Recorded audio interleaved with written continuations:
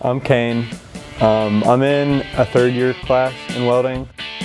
My favorite project that I've done so far is at the end of last year, a kid that was a senior sold a mini bike frame to our teacher. And we converted this mini bike into a three-wheeler and put a Predator engine on it. And before we ever got started on it, Lewis, our teacher, took the governor off of the engine.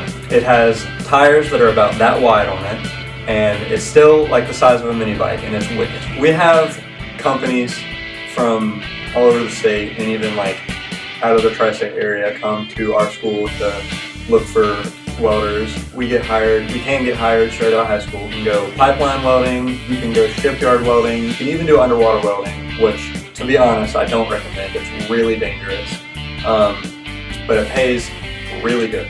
You can be entrepreneur and start your own business. Like if you have a welder in your garage, there you go, that's all you need.